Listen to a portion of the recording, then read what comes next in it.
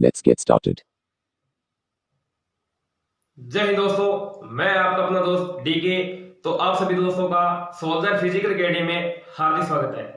तो दोस्तों, आज अपने बात करने वाले हैं महाराणा प्रताप के बारे में। और दोस्तों, आपको पता होगा महाराणा प्रताप, इनके जो पिता का नाम था उदय सिंह। क्या नाम था? उदय सिंह। और महाराणा प्रताप एग्जाम की दृष्टि से बहुत ही महत्वपूर्ण है, क्योंकि दोस्तों एग्जाम में बहुत से क्वेश्चन महाराणा प्रताप से संबंधित बढ़ते हैं। तो आइए दोस्तों, शुरुआत करते हैं महाराणा प्रताप के बारे में। तो सबसे पहले दोस्तों अपने देखें, जो महाराणा प्रताप है, इनका जो शासनकाल था 1572 से लेकर 1597 के मध्य। तो आगे बात करें, इनका जन्म होता है 9 मई 1540 को। और कहां होता है? बादल महल। और बादल महल कहां पड़ता है? कुंभलगढ़ दुर्ग में। कहां पड़ता है? कुंभलगढ़ दुर्ग में। आगे बात करें, इनका जो राज्याभिषेक होता है वो कब होता है?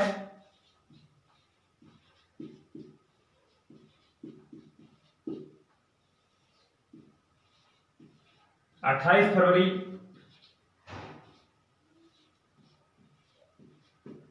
1572 को गोगुंदा उदयपुर में। कहां होता है? गोगुंदा। तो कहां पड़ता है? उदयपुर में। तो महाराणा प्रताप है, इनके जो बचपन का नाम है कीका। क्या नाम था? बचपन का नाम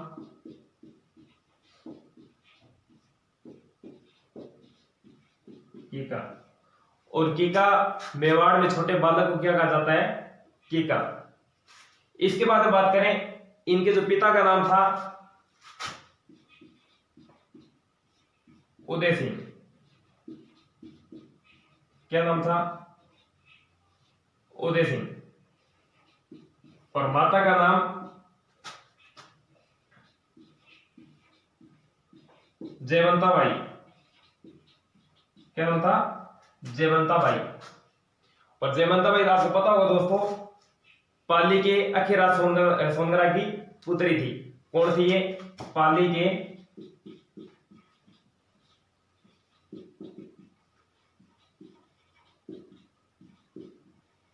अखिराज सोनगरा की पुत्री। तो अभी तक अपने बात की है, जो महाराणा प्रताप है, इनका जन्म कब होता है? 9 मई 1540 को। कहां होता है? बादल महल। तो कहां पड़ता है? कुंभलगढ़ दुर्ग में। इनका राज्याभिषेक 28 फरवरी 1572 को कहां हुआ था? गोगुंदा उदयपुर में। इनके बचपन का नाम कीका। और मेवाड़ में छोटे बालक को क्या कहा जाता है? कीका। इनके पिता का नाम उदय सिंह, माता का नाम जयवंता बाई, और पाली की अखिराज सोनगरा की पुत्री थी।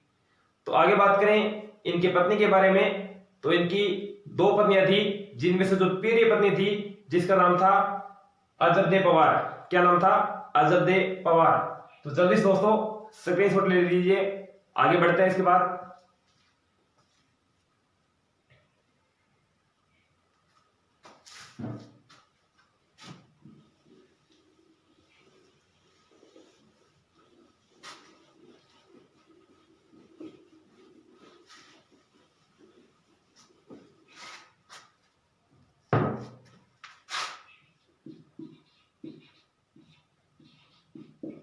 तो इनकी जो प्रिय पत्नी थी जिसका नाम था अजबदे पवार।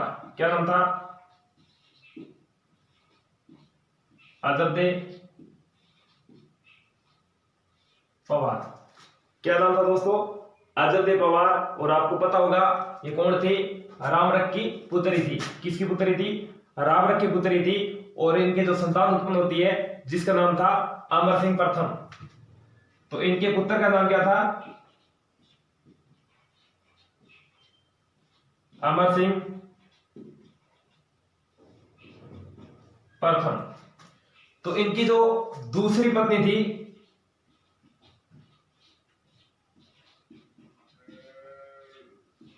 तो दूसरी पत्नी का नाम क्या था?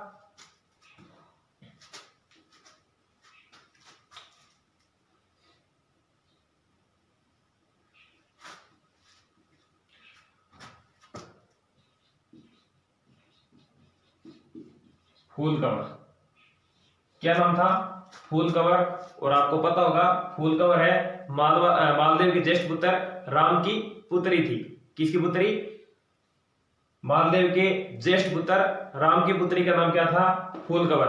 तो मैंने आपको बताया है इनकी जो प्रिय पत्नी थी जिसका नाम था अजबदे पवार, और इनके पुत्र कौन था? अमर सिंह प्रथम। दूसरी पत्नी का नाम फूलकंवर, जो कि मालदेव के ज्येष्ठ पुत्र राम की पुत्री थी।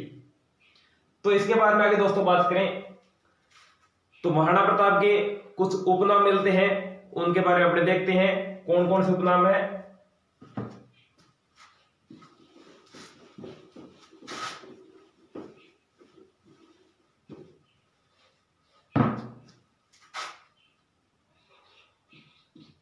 तो प्रताप के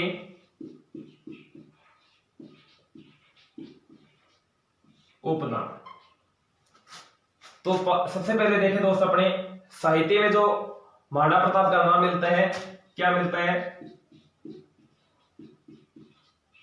साहित्य में पाथल।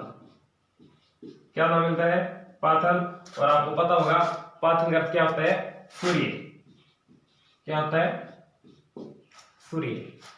आगे बात करें अबुल फजल ने इनका जो नाम दिया है, अबुल फजल। तो अबुल फजल के अनुसार इनका जो नाम मिलता है वो क्या मिलता है? नलिया खेती। क्या मिलता है? नलिया खेती। इसके बाद में बात करें कर्नल टोड के अनुसार इनका जो नाम मिलता है, कर्नल टोड के अनुसार इनका जो नाम मिलता है मेवाड़ केसरी व गज केसरी। मेवाड़ केसरी व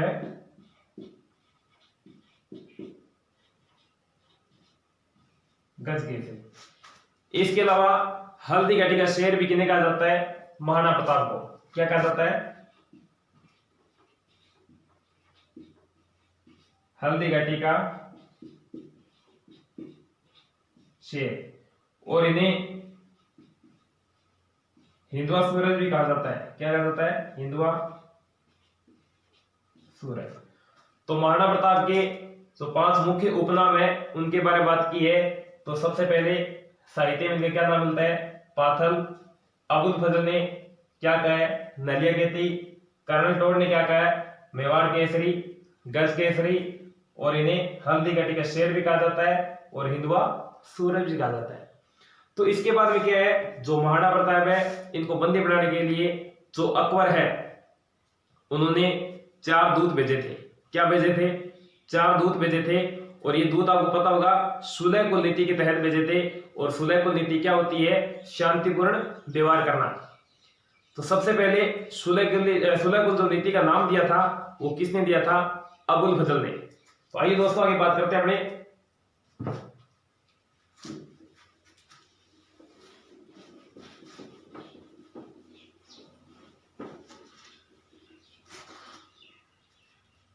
तो अकबर द्वारा प्रताप को बंदी बनाने के लिए किस नीति का प्रयोग किया गया था?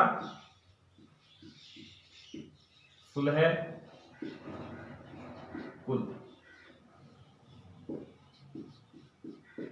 तो मैंने आपको बताया है कि अकबर महाराणा प्रताप को पकड़ने के लिए, उन्हें बंदी बनाने के लिए किस नीति का प्रयोग करता है? सुलह कुल नीति।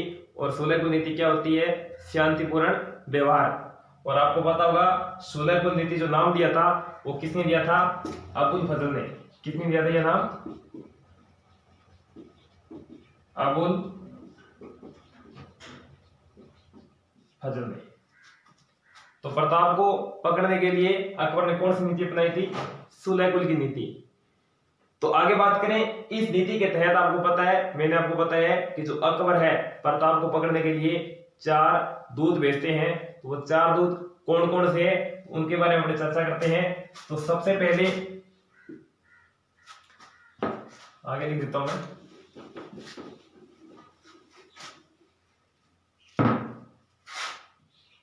जे एम बी टी, या इसे अपने जमावट भी कह सकते हैं।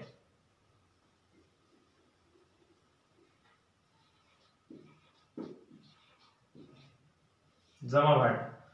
तो ये चार दूत है क्रम से, आपको याद रखना दोस्तों, और क्रम से ही पूछे जाते हैं कि सबसे पहले किन्हें भेजा गया, या 2 नंबर पे किन्हें भेजा गया, या सबसे अंतिम में किन्हें भेजा गया। तो इसे एक ट्रिक है जे एम बी टी, या इसे अपने जमावट भी कह सकते हैं। तो सबसे पहले जे से बढ़ गया अपने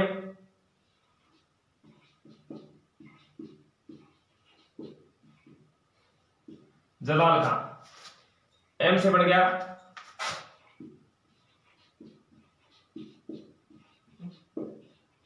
मान सिंह, बी से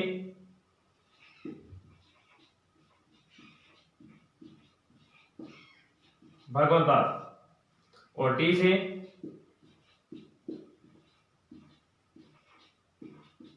टोडरमल। तो जे एम बी टी, या जे से जलाल खां, एम से मान सिंह, बी से भगवंत दास, टी से टोडरमल, या आपने कह सकते हैं जमा भट्ट, जलाल खां, मान सिंह, भगवंत दास और टोडरमल। तो सबसे पहले जलाल खां को भेजा गया था नवंबर 1572 में। इसके बाद 2 नंबर भेजा गया था मान सिंह को जून 1573। इसके बाद में भगवंत दास को सितंबर 1573, और इसके बाद में टोडरमल को लास्ट में भेजा गया था सबसे दिसंबर 1573। तो एक ही था जलाल खां जो 1572 में भेजा गया था, बाकी सभी के 1573 में भेजे गए।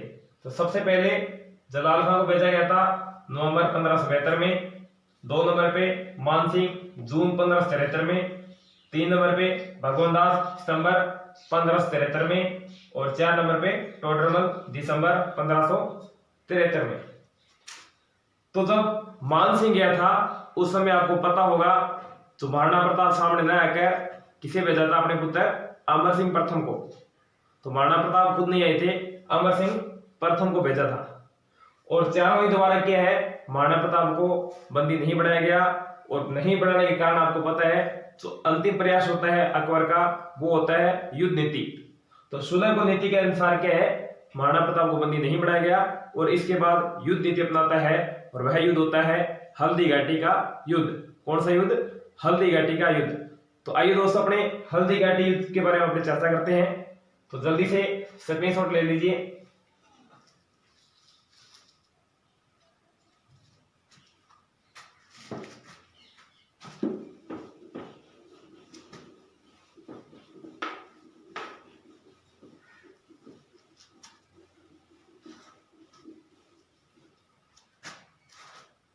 तो इन चारों को भेजने के बाद भी क्या है, जो महाराणा प्रताप अकबर के अधीनता स्वीकार नहीं करते।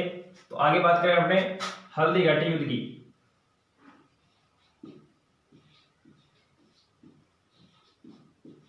हल्दी घाटी युद्ध। तो हल्दी घाटी का जो युद्ध होता है कब होता है? 18 जून 1576 को। कब होता है? 18 जून 1576 को। तो इस समय जो महाराणा प्रताप बैठे होते हैं कुमलगढ़ दुर्ग में, और अकबर कहां बैठा होता है? मैगजीन दुर्ग, जो कहां पड़ता है? अजमेर में। तो इधर कौन है? प्रताप बैठा है, और इधर अकबर। तो प्रताप कहां बैठे हैं? कुमलगढ़ दुर्ग में, और इधर अकबर कहां बैठा है? मैगजीन दुर्ग, तो कहां पड़ता है? अजमेर में। और आपको पता होगा मैगजीन दुर्ग को अकबर का शस्त्रागार या अकबर का दौलत खाना भी कहा जाता है। क्या कहा जाता है इसे? अकबर का शस्त्रागार यह अकबर का दौलत खाना भी कहा जाता है। तो मैंने आपको बताया है कि इस युद्ध से पहले प्रताप कुमदगढ़ दुर्ग में है और अकबर मैगजीन दुर्ग अजमेर में बैठे हैं। तो इधर क्या है, गोगुंदा की पहाड़ी पड़ती है उदयपुर में, और इधर क्या है, खमनोर की पहाड़ियां पड़ती है जो कि राजसमंद में है। तो हल्दीघाटी युद्ध होता है वो कहाँ होता है, राजसमंद में, यानी गोगुंदा की पहाड़ी और खमनोर की पहाड़ी के बीच में होता है। तो जो कुमदगढ़ दुर्ग है, जो महाराणा प्रताप है, इधर चेतक घोड़े पे बैठे होते हैं। तो महाराणा प्रताप के घोड़े का नाम क्या था, चेतक घोड़ा। और इधर अकबर है, इनका सेनापति था जिसका नाम था मान सिंह। क्या नाम था, मान सिंह। तो मान सिंह के हाथी का क्या नाम था, मर्दाना। क्या नाम था, मर्दाना। तो आगे दोस्तों बात करें, जो महाराणा प्रताप है, इनके पास जो सेना थी वो कितनी थी, 20,000। कितनी थी, 20,000। और अकबर के पास सेना कितनी थी,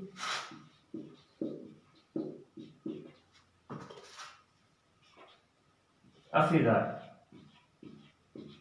कितनी थी, 80,000 सेना। तो जो महाराणा प्रताप है, इनके 3 सेनापति होते हैं। सबसे पहले झालाविदा, कौन थे, झालाविदा।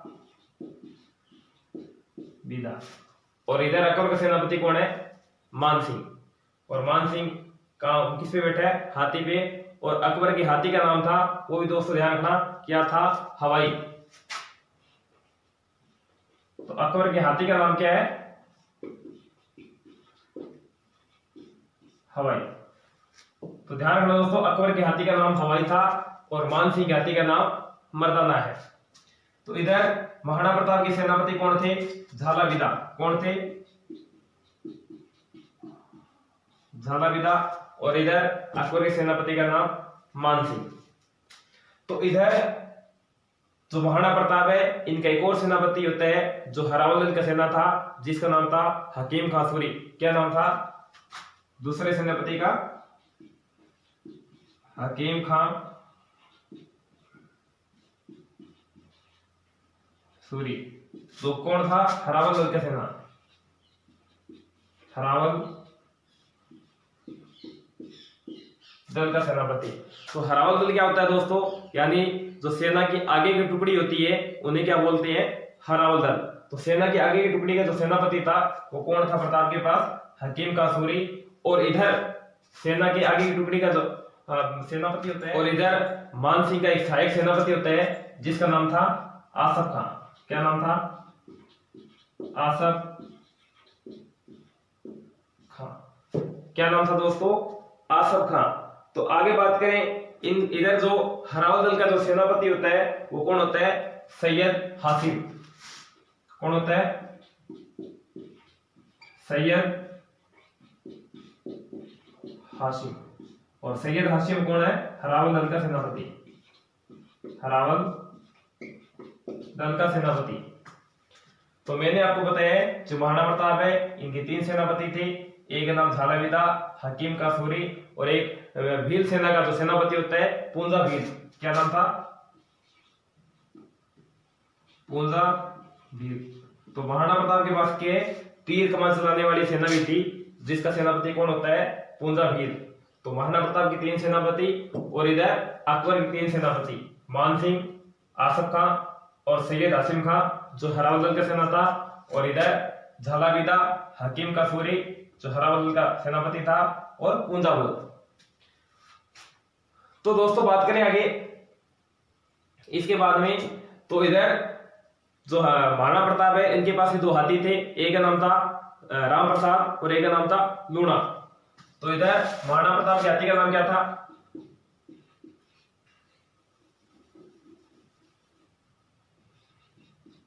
महाराणा प्रताप के हाथी का नाम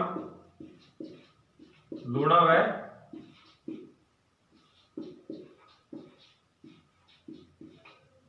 राम प्रसाद। और इधर अकबर के कुछ अन्य हाथी थे जिनका नाम था गजराज, गजमुक्ता।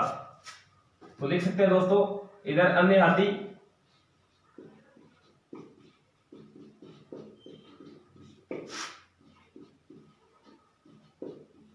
कंजराज और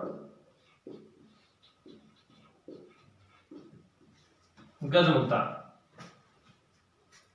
तो सबसे पहले जो युद्ध होता है वो हाथियों में होता है। तो राम प्रसाद व लूणा हाथी है, इनका जो महावत है यानी चलाने वाले हाथी को महावत की क्या गोली लग जाती है और मर जाता है, और राम प्रसाद हाथी है उसको क्या मुगल सेना द्वारा बंदी बना लिया जाता है और अकबर द्वारा उसका नाम बदलकर पीर प्रसाद कर दिया जाता है। क्या कर दिया जाता है? पीर प्रसाद। तो एग्जाम में बहुत बार क्वेश्चन आता है कि जो महाराणा प्रताप हाथी था अपने राम प्रसाद, उसका नाम बदलकर अकबर ने क्या नाम किया था? तो क्या कर दिया था? पीर प्रसाद। क्या नाम कर दिया था? राम प्रसाद हाथी का नाम अकबर ने पीर प्रसाद। तो मोस्ट इंपोर्टेंट दोस्तों ध्यान रखना कि महाराणा प्रताप के हाथी राम प्रसाद का नाम अकबर ने बदलकर क्या कर दिया था?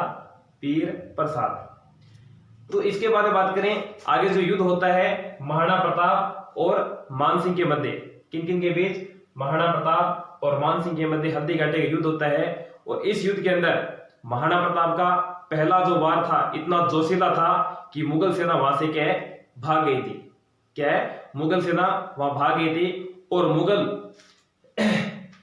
मुगल मेहतर खान था, उन्होंने क्या है मुगल सेना को प्रोत्साहित किया कि अकबर स्वयं शाही सेना लेकर आ रहा है, आप भागो मत। तो इसके बाद में थोड़ा ये ध्यान रखना दोस्तों, जो प्रोत्साहित किया था अकबर की सेना को न भागने के लिए वो किसने किया था? मेहतर खान ने। किसने किया था दोस्तों? मेहतर खान ने।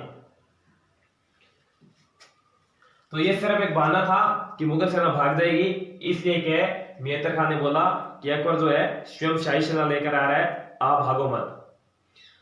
तो इसके बाद दोस्तों बात करें आगे, जो महाराणा प्रताप है मानसिंह से लड़ता हुआ क्या है युद्ध में, इनका जो घोड़ा था चेतक वो क्या घायल हो जाता है, और घायल होने के बाद जो महाराणा प्रताप के अपने चेतक घोड़े को लेकर गोगुंदा की पहाड़ियां जो कहां पड़ती है उदयपुर में भाग जाता है। और घायल होने के बाद इनका जो छत्र धारण करता है युद्ध के अंदर महाराणा प्रताप का, वो कौन करते हैं? तो यहां लिख देता हूं मैं दोस्तों, छत्र धारण। तो महाराणा प्रताप का छत्र धारण करते हैं वो कौन करते हैं? झालाविदा। तो इंपॉर्टेंट है दोस्तों, ध्यान रखना एग्जाम में क्वेश्चन बहुत बार पूछा जाता है इससे संबंधित कि हल्दी घाटी युद्ध के अंदर महाराणा प्रताप का जो छत्र धारण किया था वो किसने किया था? झालाविदा ने। किसने किया था? झालाविदा ने। तो जैसे ही चेतक घायल हो जाता है तो चेतक को लेकर महाराणा प्रताप गोगुंदा की पहाड़ियां चल जाते हैं, और बीच रास्ते में एक गांव पड़ता है बलीचा। कौन सा गांव पड़ता है? बलीचा। कौन सा पड़ता है?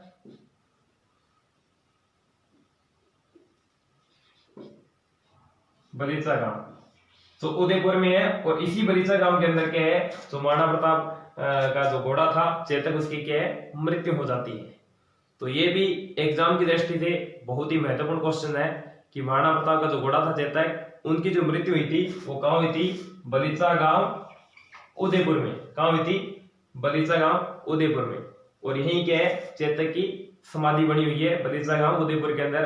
तो इनकी छतरी बनी हुई है वो कहां बनी हुई चेतक की? बलीचा गांव उदयपुर में। तो इसके बाद में दोस्तों बात करें, महाराणा प्रताप है गोगुंदा पहाड़ी में चल जाते हैं और वहीं से क्या है छापामार व्युत्पत्ति का प्रयोग करते रहते हैं। क्या है? छापामार व्युत्पत्ति का प्रयोग करते रहते हैं। तो जल्दी से दोस्तों स्क्रीनशॉट ले लीजिए, आगे की ओर बढ़ते हैं बाद में।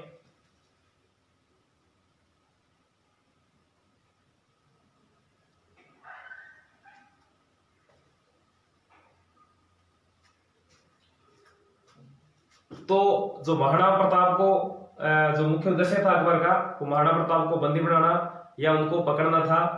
इसलिए क्या है महाराणा प्रताप यहाँ से भाग के गोगुंदा की पहाड़ी में चले गए और वहां से क्या है छापामार पत्ती का प्रयोग करते रहे।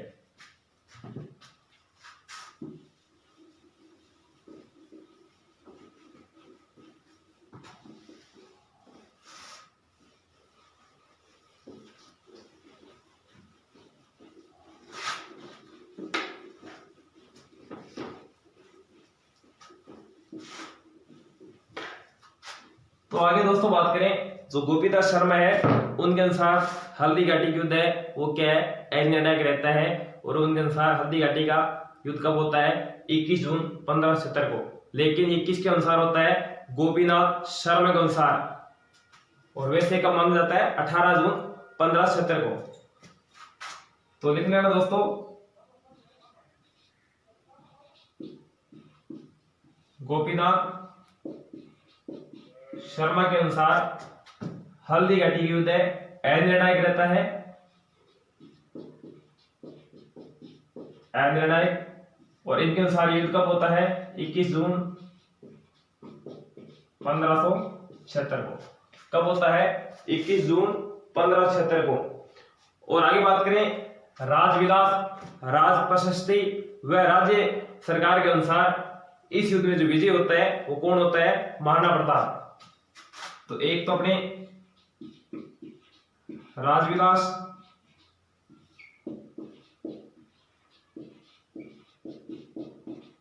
राज प्रशस्ति और राजस्थान सरकार, तो इनके द्वारा जो विजय होते हैं वो कौन होते हैं, महाराणा प्रताप। कौन होते हैं, महाराणा प्रताप। तो हल्दी घाटी युद्ध का जो आंखों देखा हाल जो वर्णन करते हैं वो कौन करते हैं, बदायूंनी।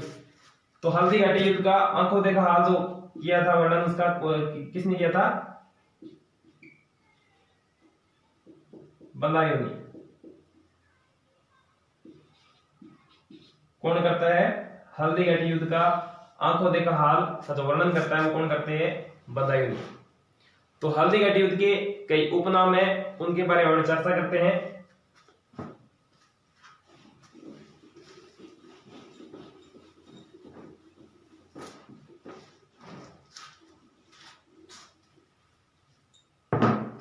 तो सबसे पहले बात करें अपने बदायूंनी। तो बदायूंनी की एक पुस्तक है जिसका नाम है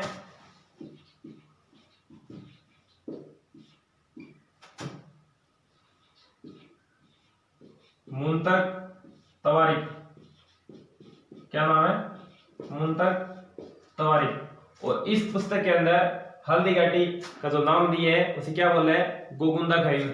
क्या बोला है, गोगुंदा का युद्ध।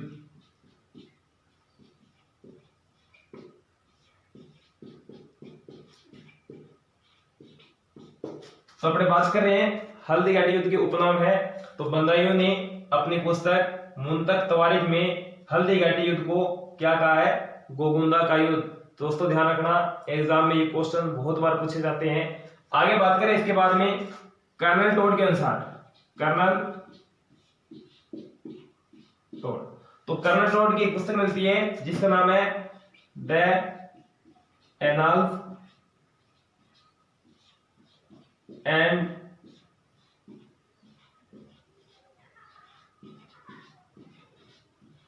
Antiquities of Rajasthan,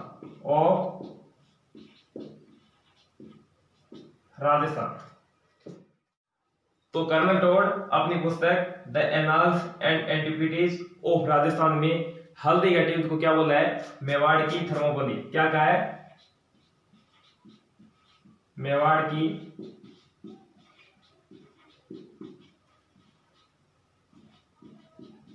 थर्मोपली।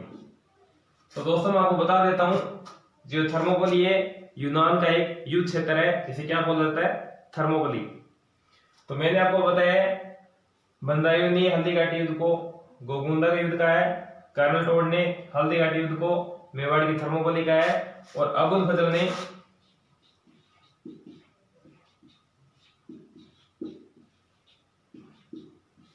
तो अबुल फजल की जो पुस्तक है जिसका नाम था आइन ए अकबरी, आइन ए अकबरी या अकबरनामा भी कहा जाता है दोस्तों।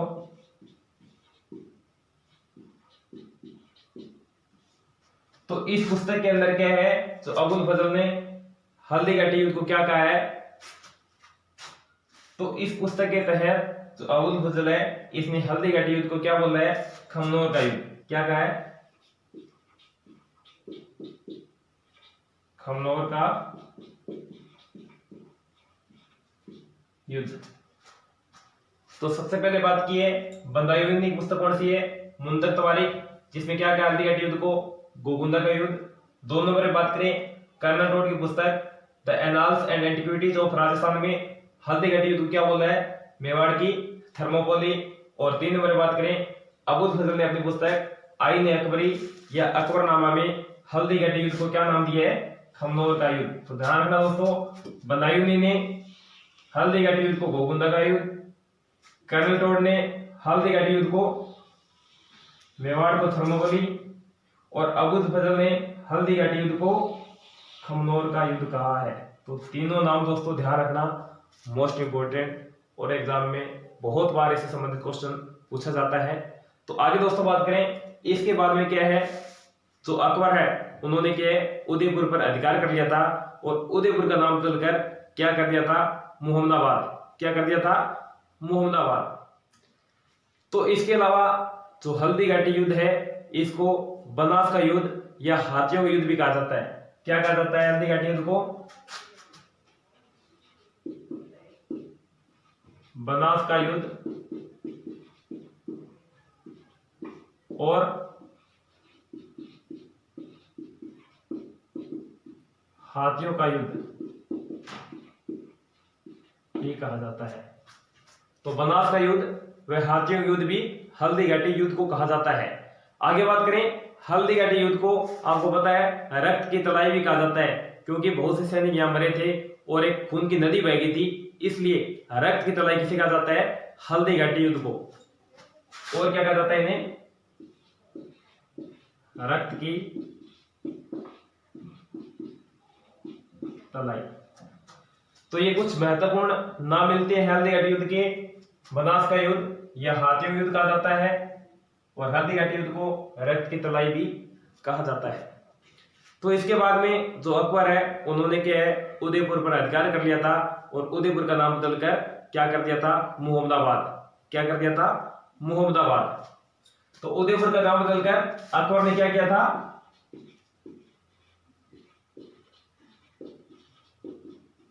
मुहम्मदाबाद। तो ध्यान रखना दोस्तों, उदयपुर का नाम बदलकर अकबर ने क्या कर दिया था, मुहम्मदाबाद। तो इसके बाद में दोस्तों बात करें तो जल्दी से पहले स्क्रीनशॉट ले लीजिए।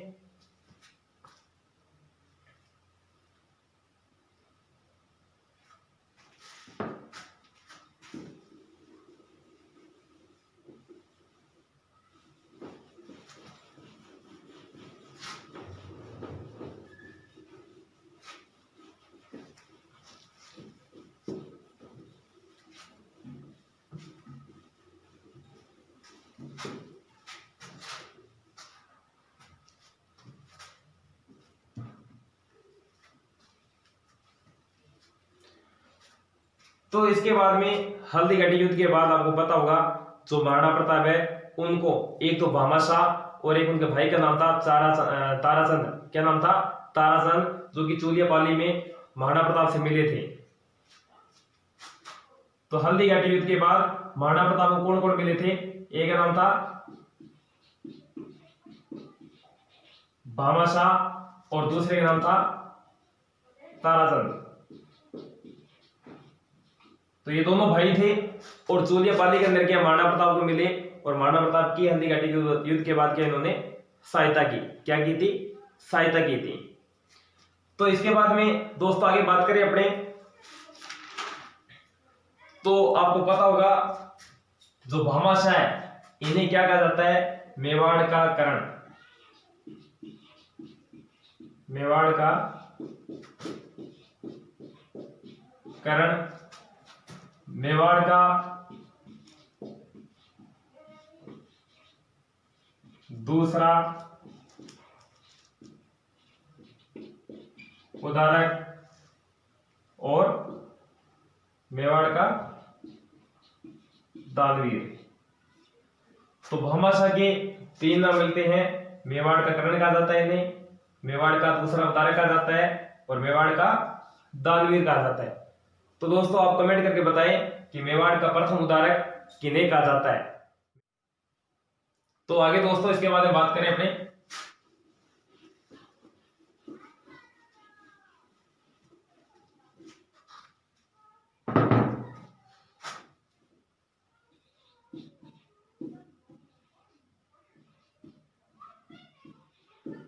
कुंभलगढ़ का युद्ध, कुंभलगढ़ का युद्ध। तो इस युद्ध से पहले आपको पता होगा दोस्तों, जो अकबर है उन्होंने अपने सेनापति शाहबाज खां को मेवाड़ पर आक्रमण करने के लिए, कुंभलगढ़ पर आक्रमण करने के लिए 3 बार भेजा था। शाहबाज खां कुंभलगढ़ पर आक्रमण करने के लिए शाहबाज खां को कितनी बार भेजा गया था? 3 बार, 1570, 78 और 79। लेकिन महाराणा प्रताप को शाहबाज खां के बंदी नहीं बना सका। अभी तो 3 अप्रैल 1578 को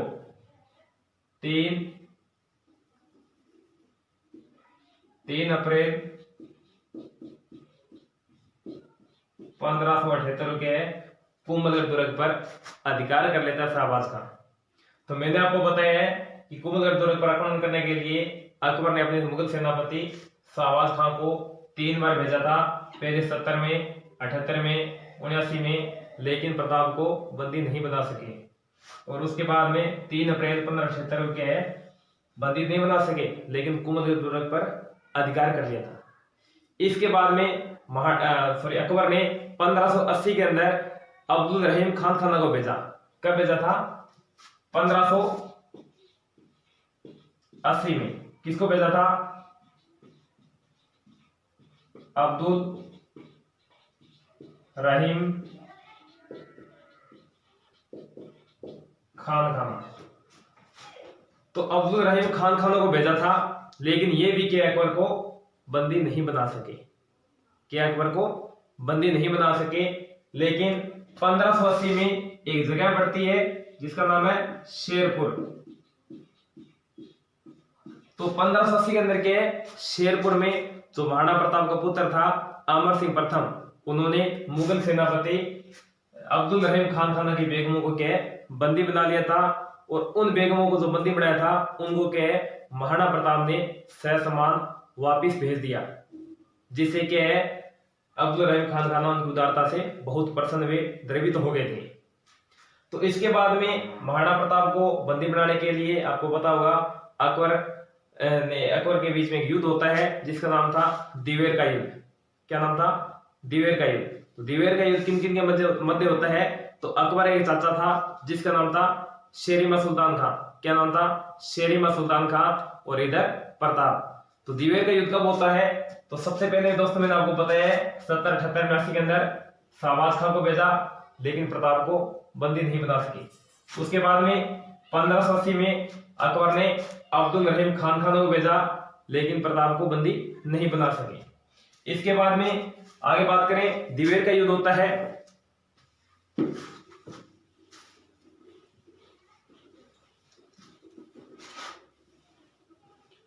तो दिवेर का युद्ध कब होता है? दिवेर का युद्ध कब होता है?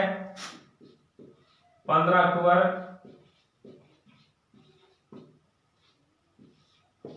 1582 को। और कहाँ होता है? राजसमंद में। कहाँ होता है? राजसमंद में। तो दिवेर का युद्ध किन किन के मध्य हुआ था? प्रताप वर्सेस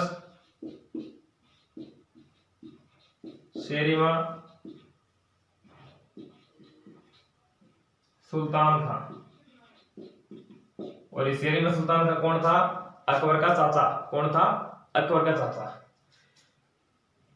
तो दिवेर का युद्ध प्रताप वर्सेस शेरिमा सुल्तान खां के बीच होता है, जो कि अकबर का चाचा था। और आपको पता होगा कर्नल टोड ने इस युद्ध को क्या बोला है? मेवाड़ का मैराथन। क्या बोला है?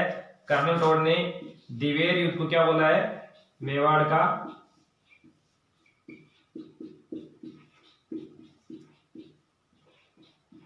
मैराथन। और मैराथन दोस्तों एक ईरान की जगह का नाम है मैराथन। तो इसके बाद में 1584 में अकबर फिर भेजता है, अकबर अपने सेनापति फिर भेजता है जिसका नाम था जगन्नाथ कछवा। क्या नाम था? जगन्नाथ कछवा। तो आगे बात करें,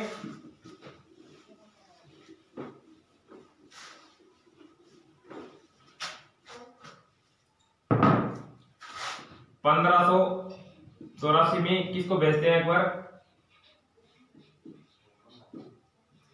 जगन्नाथ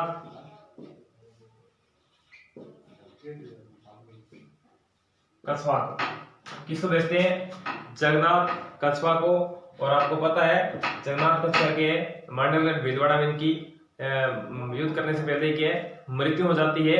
और आपको पता होगा मृत्यु होने के बाद मांडलगढ़ भीलवाड़ा में क्या इनकी छतरी बनी हुई है 32 खंभों की।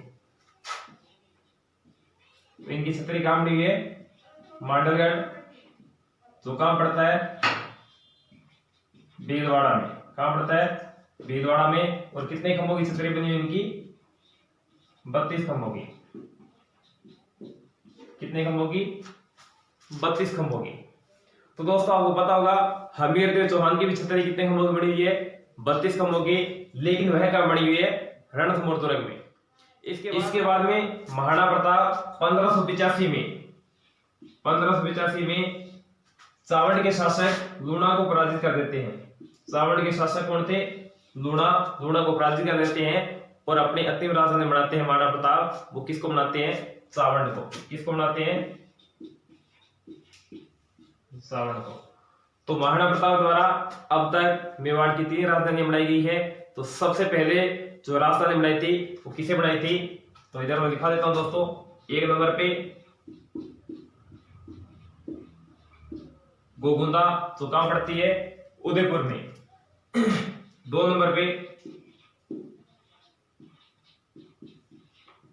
कोमलगढ़, जो कहां पड़ता है, राजसमंद में। 3 नंबर पे चावड़, जो कहां पड़ती है, उदयपुर। तो इस प्रकार ये 3 राजधानियां पड़ती है।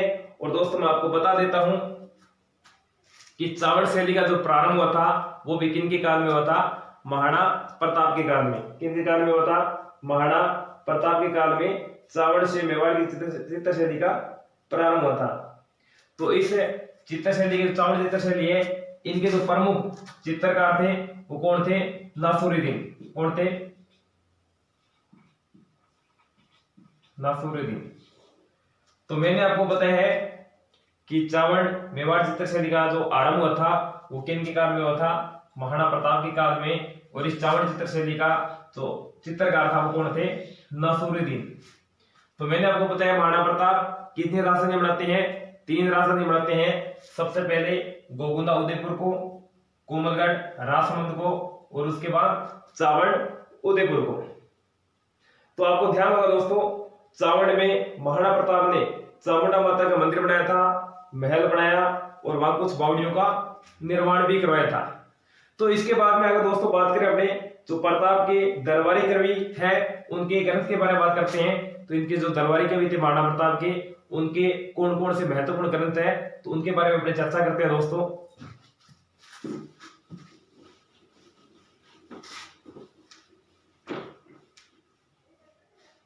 तो आगे दोस्तों महाराणा प्रताप के जो दरबारी कवि है उनके ग्रंथ के बारे में बात करते हैं। तो सबसे पहले महाराणा प्रताप का दरबारी कवि चक्रपाणि मिश्र के बारे में बात करते हैं। चक्रपाणि मिश्र। तो जो चक्रपाणि मिश्र है इनके जो ग्रंथ है उनके बारे में चर्चा करें दोस्तों अपने। तो सबसे पहले इनका जो ग्रंथ है मुहूर्तमाला।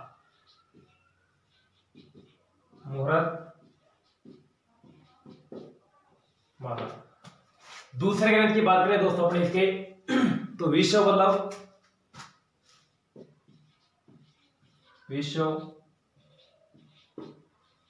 पल्लव राज्याभिषेक पद्धति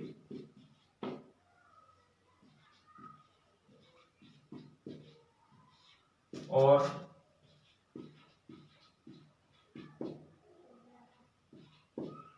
व्यवहार आदर्श। तो ये 4 प्रमुख ग्रंथ मिलते हैं महाराणा प्रताप के दरबारी कवि चक्रपाणि मिश्र के। मुहूर्तमाला, विश्व वल्लभ, राज्याभिषेक पत्ती और व्यवहार आदर्श। इसके बाद बात करें दोस्तों, इनका एक और दरबारी कवि था जिनका नाम था जैन मुनि हेमरतन सूरी। कौन थे?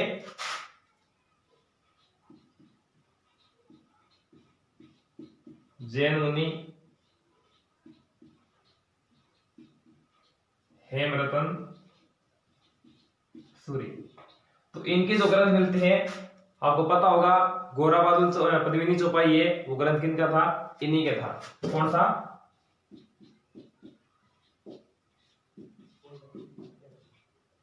गोरा बादल पद्मिनी चौपाई। तो दूसरा दरबारी कवि कौन था? जैन मुनि हेमरतन सूरी, जिनका ग्रंथ मिलता है गोरा बादल पद्मिनी चौपाई। इसके अलावा दोस्तों अपने बात करें दुर्साडा।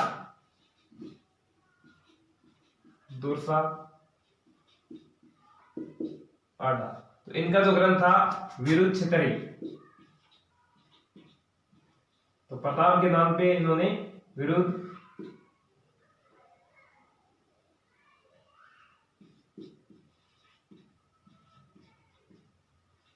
छितरी। तो मैंने आपको बताया कि जो महाराणा प्रताप है, इनके दरबारी कवि चक्रपाणि मिश्र द्वारा कौन कौन से ग्रंथ रचित है? मुहूर्तमाला, विश्व वल्लभ, राज्याभिषेक पत्ती और व्यवहार आदर्श। तो 4 ग्रंथ थे। इसके बाद में दूसरा दरबारी कवि जैन मुनि हेमरतन सूरी, जिसका ग्रंथ था गोरा बादल पद्मिनी चौपाई। और तीसरा दरबारी कवि कौन है? दुर्साडा, जिसका था अपने विरुद्ध छितरी। तो आगे बात करें दोस्तों, इनका एक दरबारी संगीत के भी था महाराणा प्रताप का, साथुमाला। क्या नाम था उसका? तो आगे चर्चा करें दोस्तों अपने।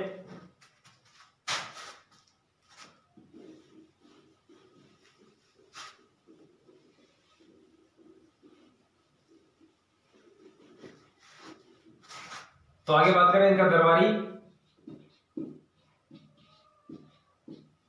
संगीत के। कौन था? माला साधु। और इसी माला साधु का एक प्रमुख ग्रंथ मिलता है जिसका नाम था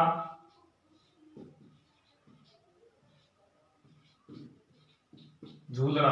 क्या था? झूलना।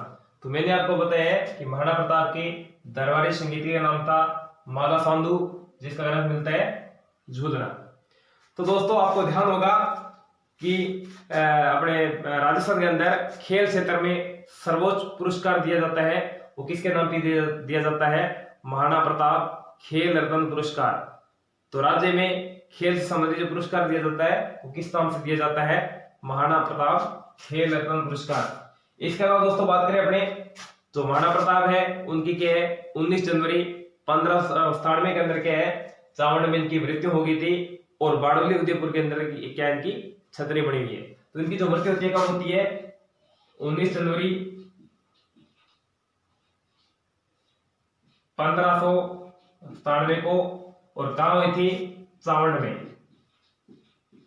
और चावंड कहां पड़ता है? उदयपुर में। आगे बात करें दोस्तों, इनकी जो छतरी बनी हुई है,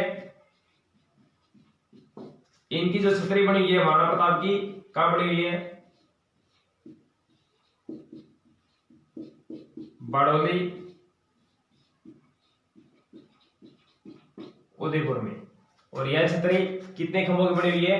8 खंभों की। कितने खंभों की? 8 खंभों की। इससे पहले दोस्तों मैंने आपको करवाया था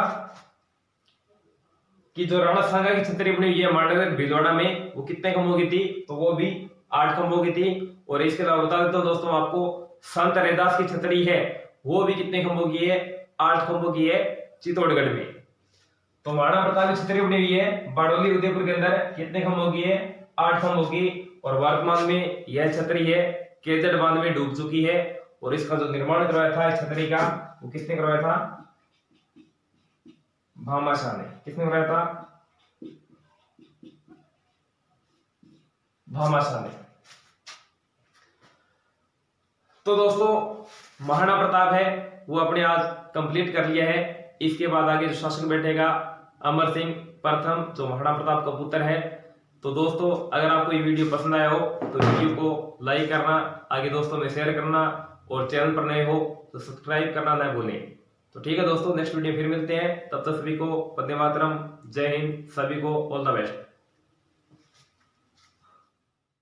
Thanks for watching this video. Screen पर दिखाए गए वीडियो पर क्लिक करके वीडियो देखें। धन्यवाद।